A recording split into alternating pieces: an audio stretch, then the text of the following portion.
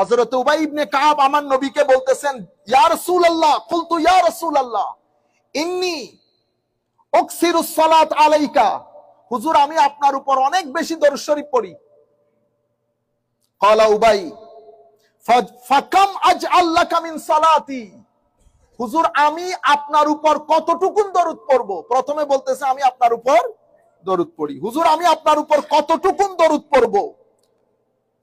He said, I send many prayers upon you. See the first sentence, আমি আপনার উপর অনেক দরুদ পড়ি। I send many prayers upon you. Then উনি বলতেছেন, ইয়া রাসূলুল্লাহ, so how much of my prayer should I devote to you, ইয়া রাসূলুল্লাহ?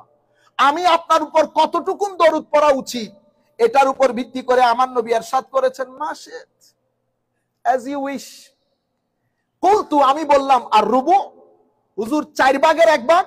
ফরজের পরে যত ইবাদত আমি করি এই ইবাদত গুলাকে 4 ভাগ করে 4 ভাগের 1 ভাগ আমি আপনার উপর দরুদ